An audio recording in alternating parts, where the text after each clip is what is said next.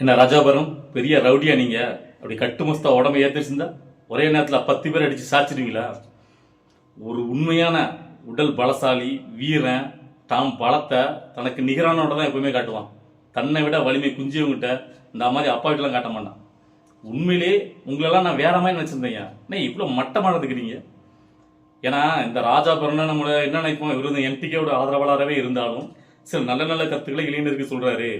நம்மளோட உடல் ஆரோக்கியம், ஒரு இளைஞன் எப்படி இருக்கணும், உடற்கட்டு வைக்கணும் அப்படின்லாம் சொல்றான்னு சொல்லிட்டு உண்மையிலே எனக்கு இந்த ராஜாபுரம் ஒரு மதிப்பு மரியாதை இருந்துச்சு. அவர் வந்து என்டிகே ஆதரவாளராக இருந்தாலும் என்ன ஒவ்வொரு கட்சிக்கு ஒருத்தர் ஆதரவாக இருப்பாங்க, அதெல்லாம் பிரச்சனை கிடையாது. ஆனால் நல்ல கருத்துக்களை வந்து இளைஞருக்கு முன்மொழிதாரு அப்படின்ட்டு நம்ம ஒரு மரியாதை வச்சிருந்தோம். ஆனா இன்னைக்கு இந்த ராஜாபுரம் பண்ண இந்த விஷயத்த பார்த்ததுக்கு அப்புறம் என்னைக்கு அந்த மனுஷன் இவ்வளவுக்குள்ள ஒரு சாதம் ரவுடித்தனம் பண்றது பொறித்தனமா நடந்துக்கிறேன் அப்படிங்கிற அளவுக்கு நமக்கு தோணிட்டு. எத்தனை பேர் இந்த வீடியோ காலி பாத்தீங்கன்னு தெரியல. இன்னைக்கு அதான் இப்ப சோசியல் மீடியால பயங்கர வயல் ஆயிட்டு இருக்கு. ஆக்சுவலா இன்னைக்கு நம்ம வேற நம்ம நாளைக்கு நடக்க போற சம்பவத்தை பத்தி பேசலாம்னு நினைச்சிட்டு இருந்தேன். அதுக்குள்ள இந்த சம்பவத்தை பார்த்தோம்னா எனக்கு பயங்கர ஒரு எரிச்சல் ஆயிட்டு. இதை பத்தி முழுமையா பேசணும் இன்னைக்கு அப்படின்னு இந்த வீடியோ காலி. ஏன்னா இது வந்து ரொம்ப நாள் இந்த சம்பவம் நடந்துட்டு இருக்கு. ஒரு வாரம் இந்த இஷ்யூ போயிட்டு இருக்குன்னா அதெல்லாம் அது முக்கியத்துவம் கொடுக்கல. ஆக்சுவலா என்ன வீடியோ அப்படின்னு பாத்தீங்கன்னா, இந்த டிவிக்கோட ஆதரவாளர் அட்வொகேட் நெல்சன் அப்படிங்கிற ஒரு நபரை நீங்க சோசியல் மீடியா பார்த்துருப்பீங்க. ரீசெண்டா சாட்டைக்கும் நாம் தமிழ் கட்சிக்கும் நடக்கிற சண்டை தெரியும். அதாவது இந்த சாட்டை சீமான் எல்லாம் பாத்தீங்கன்னா இப்ப ரீசெண்டாவே பாத்தீங்கன்னா திமுகவை எதிர்க்கிறதையோ திமுக விமர்சிக்கிறதையும் விட்டாங்க. 24 மணி நேரம் விஜய் பிடித்தவங்களை மட்டுமே குறிக்கோளா பார்த்துட்டு இருக்காங்க. ஸோ அதனால நம்ம எல்லாருமே இந்த நாம் தமிழ் கட்சி மேல வைக்கிற குச்சாட்டு என்ன, சீமான் சாட்டை மேல ஏன் திமுக காசு வாங்கிட்டீங்களா, ஒரே விஜய் விமர்சிட்டு இருக்கீங்களே அப்படின்னு நம்ம சொல்றோம்ல, அதே மாதிரி ஒரு குச்சச்சாட்டை தான் இந்த அட்வொகேட் நெல்சனும் வைக்கிறாப்புல. சாட்டை வந்து பாத்தீங்கன்னா காசு வாங்கிட்டான் திமுக, அதனாலதான் இப்ப விஜய் பிடிச்சி விமர்சிக்கிறாங்க அப்படின்னு சொல்லிட்டு ஒரு அவதூறு வைக்கிறாங்க. ஸோ இதை வந்துட்டு சாட்டை வந்து உண்மையிலே அதை பண்ணல அப்படின்னா இதை கடந்து போயிருக்கலாம். இல்லை அப்படின்னா அதுக்கு திருப்பி பள்ளி விடுவாங்க. எப்ப நீ அதுக்கு ஆதாரத்தை காட்டுப்பா, நான் சொல்றல குச்சாட்டை வைக்கல பொது வெளியில ஆதாரத்தை கொடு அப்படின்னு கேட்கலாம். ஆனா அதை அவர் எப்படி கேட்டாரு சாட்டை அப்படின்னு கேட்டீங்கன்னா, நீ ஒரு அப்பனுக்கு ஆத்தாளுக்கும் பிறந்தவனா இருந்தா நீ இதுக்குள்ள ஆதாரத்தை வைடா அப்படின்ட்டு ஒரு பொதுவில கேட்கிறாப்புல. ஸோ அதை பார்த்துட்டு அந்த டிவிக்கு ஆதரவாளர் அட்வொகேட் நெல்சன் வந்து பார்த்தீங்கன்னா கொஞ்சம் அப்செட் ஆகிறாப்புல. நான் டீசெண்டாக தானே ஒரு கருத்தை வைக்கிறேன், ஒரு விமர்சனத்தை வைக்கிறேன் அரசியல் ரீதியா.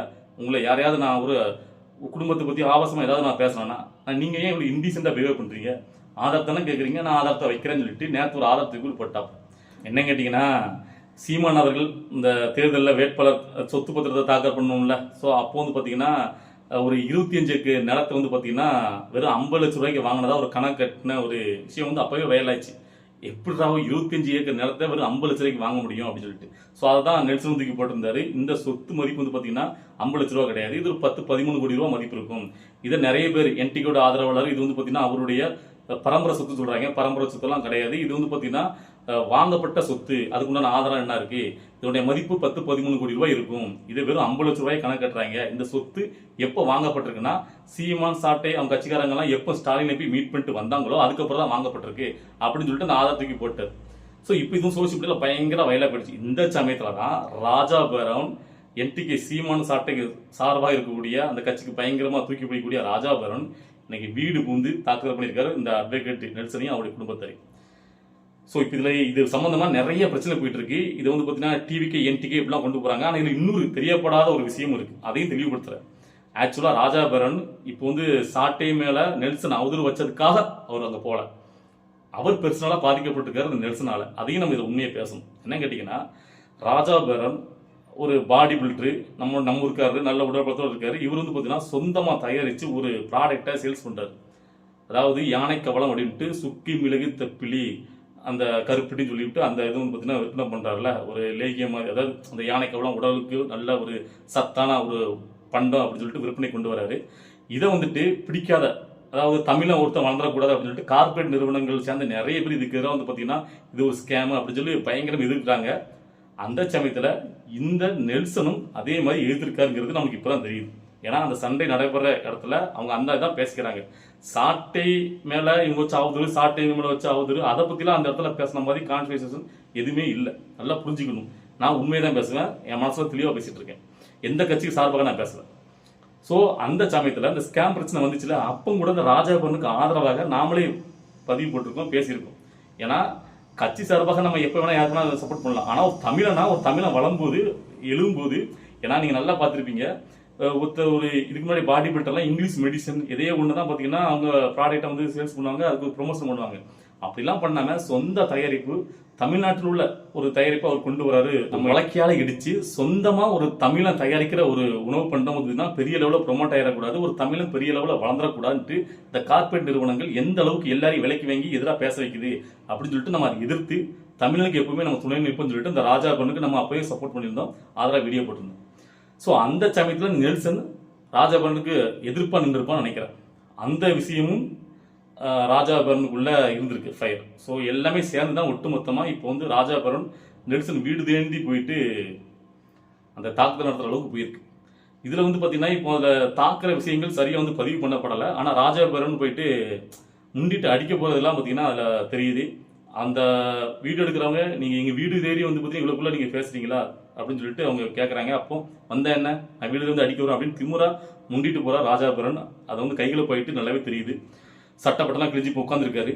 ஸோ நான் என்ன சொல்கிறேன் கேட்டிங்கன்னா, ராஜா பரன்கிட்ட இப்போ வந்து இந்த நெல்சன் பண்ணது சரி அப்படின்னு நான் முட்டுடுக்கலாம் வரல. இந்த நெல்சன் வந்து நான் தமிழ் கட்சி மேலே வந்து காசு வாங்கிட்டு பேசுகிறாங்கன்னு ஒரு அவதூறை வச்சதாகட்டும், இல்லை நீங்கள் பண்ண அந்த ப்ராடக்ட் வந்து பார்த்தீங்கன்னா தவறானது, அது வந்து உடலுக்கு கேடு விளைக்கிறது அப்படின்னு ஒரு குச்சாட்டை வச்சது, ஏதோ சம்திங் ஒரு பிரச்சனையை பண்ணது, இதுக்கெல்லாம் நீங்கள் வந்து பதில் தாக்குதல் பண்ணணும்னா ஒன்று அவர் மேலே நீங்கள் முறைப்படி கம்ப்ளைண்ட் கொடுக்கலாம், காவல்துறை அணுகலாம், இல்லை கருத்து ரீதியாக பதிவு போடலாம். அவர் வந்து குச்சி அடைக்கிறது பொய் அப்படின்னு சொல்லிட்டு. ஏன்னா உங்கள்கிட்ட தான் சோசியல் மீடியா இருக்குல்ல, உங்களுக்கு தான் 1 மில்லியன் ஃபாலோவர்ஸ் இருக்குது, சாட்டைக்கு 2-3 மில்லியன் ஃபாலோவர்ஸ் இருக்குது.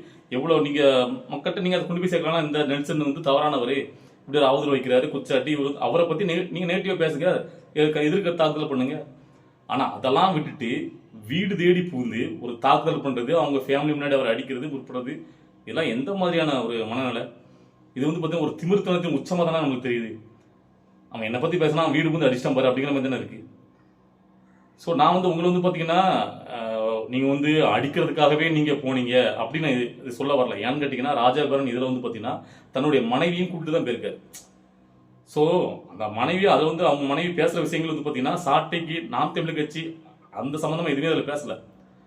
அதாவது அவங்களுடைய ப்ராடக்டை நீ எப்படி தப்பாக சொல்லுவ, அந்த ப்ராடக்டை சாப்பிட்டு யாருக்காவது ஏதாவது ஆயிடுச்சா, நீ வந்து எவனோ ஒருத்தன் கமெண்ட் போடுறான் அதுக்கெல்லாம் நீ வந்து சொல்லக்கூடாது, ஆதாரத்தை காட்டு அப்படிங்கிற மாதிரி தான் அந்த மோதல் போகுது. ஸோ அதனால ராஜா பரன் 2 விதமாக அவர் வந்து பார்த்தீங்கன்னா அதில் வந்து பாதிக்கப்பட்டிருக்காரு. ஒன்று வந்து பார்த்தீங்கன்னா நாம் தமிழ் கட்சி மேலே நெல்சன் வச்ச குற்றச்சாட்டு, இன்னொன்று பெர்சனலாக அவருடைய ப்ராடக்டை இவர் வந்து எதிர்த்தது, இதுதான் காரணம். ஸோ நம்மளை பொறுத்த வரைக்கும் நடுநிலைமையாக சொல்ல போயிருந்தா ராஜா பரன் இப்படி வீடு தேடி போயிட்டு தாக்குதல் பண்ண தவறு.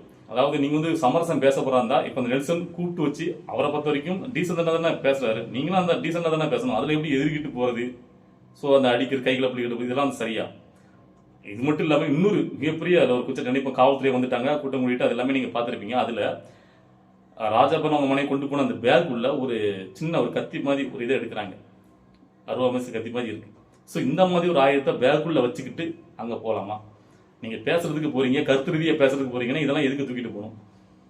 அப்போ இதெல்லாம் என்ன மாதிரியான மனப்பான்மை? உங்களை எதிர்க்கக்கூடாது, அதாவது விமர்சனம் எதிர்ப்புலாம் ஒரு பொதுத்தளத்தில் வந்துட்டா நிறைய இருக்கலாம். இது நான் வந்து சொல்லிதான் ராஜாபரனுக்கோ சாட்டைக்கோ தெரிய வேண்டிய அவசியம் கிடையாது.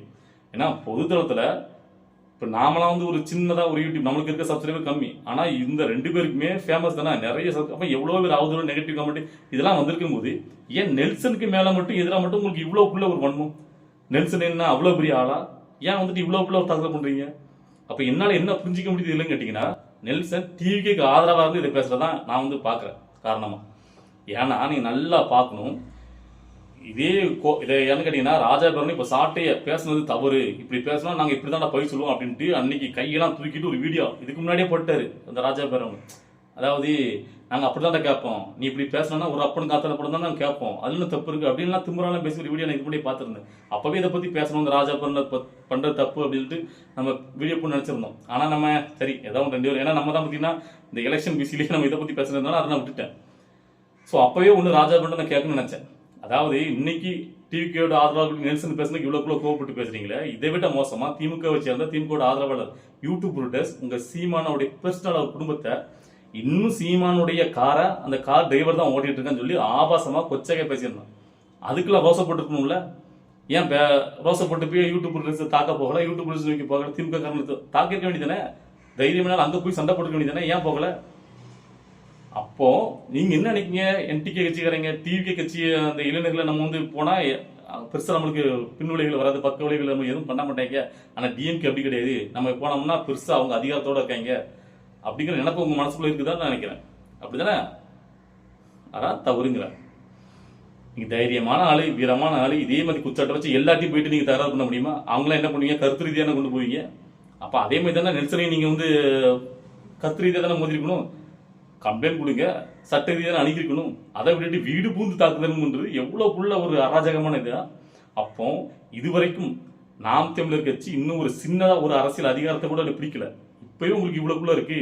அதாவது நம்ம கட்சியை யாராவது விமர்சிச்சாலும் நம்ம கட்சி நம்ம வந்து அவங்களை பயிர் தாக்குதல் பண்ணோம், அவங்கள அப்படி பேச அனுமதிக்க கூடாது அப்படின்ட்டு இந்த அளவுக்கு போறீங்கன்னா ஏன் சொல்றேன் கேட்டீங்கன்னா, இதுக்கு முன்னாடி உங்க கட்சி மேடையில் நீங்க பேசிட்டு இருக்கும்போது ரோட்டோரம் ஒருத்தன் டிவிக்கு சொல்லிட்டு போனதுக்கு அவனை கூட்டு அடிச்சது. ஸோ இவ்வளவுக்குள்ள நடந்துக்கிறீங்க. நாளைக்கு ஒரு ஆட்சி அதிகாரத்துக்கு நீங்க வந்துட்டீங்கன்னா அப்ப திமுகவுடைய மேல தானே இருப்பீங்க. உங்க அண்ணன் சொல்ற மாதிரி சர்வாதிகாரமா நம்ம இருக்கணும்டா. என்ன சர்வாதிகாரத்தனம் கேட்கிறேன். மக்கள் உங்களுக்கு அடிமையா அப்பனா இதுல இருந்து புரியுதா? நாம ஏன் வந்து பாத்தீங்கன்னா நாம் தமிழ் கட்சியை நம்ம ஆதரிக்கிறதை விட்டுட்டோம் இப்போ அப்படின்ட்டு. முன்னாடி ஒரு காலத்தில் நம்ம நாம் தமிழ் கட்சி சப்போர்ட் பண்ணோம், ஆனா இப்போ நம்ம ஆதரிக்கல. ஏன்னு கேட்டீங்கன்னா அவங்களுடைய மனப்பாங்க எல்லாம் வேற மாதிரி போயிட்டு தவறான ஒரு வழிபாதையில போகுது. என்ன பொறுத்த வரைக்கும் நான் உண்மையிலே தமிழன் அப்படிங்கிறத பெருமை கொள்றேன். தமிழனுக்கு ஆதரவு நிற்க நினைக்கிறேன். ஆமா இருக்குன்னு நினைக்கிறேன். இப்பவும் நான் விஜய்க்கு தான் சப்போர்ட் பண்றேன். விஜய் யாரு? தமிழன். நான் ஒரு தமிழன் தான் சப்போர்ட் பண்றேன். ஏன்னா உங்களை விட மேல எங்களுக்கு தமிழ் பச்சு இருக்கு. புரியுதா? நாம் தமிழ் கட்சி சப்போர்ட் பண்றவங்க தான் உண்மையான தமிழன்லாம் கிடையாது. தமிழன் மனசாட்சிப்படி அவன் இருந்தாலே போதும். இதை வந்து நாங்கள் எல்லாருக்கும் நெஞ்சை கிழிச்சு காட்டணும்லாம் எந்த அவசியமும் கிடையாது. இங்கே ஒரு மனப்பாங்க இருக்கு. அதாவது பார்த்தீங்கன்னா தமிழ்ல நாம் தமிழ் கட்சி சப்போர்ட் பண்ணுறோம் தமிழன் நிறைய பேர் கமெண்ட்ல போடுறான். ஏன்டா வெண்ணைகளா, எங்களுக்கு அதை விட மேலே இருக்குடா பச்சு.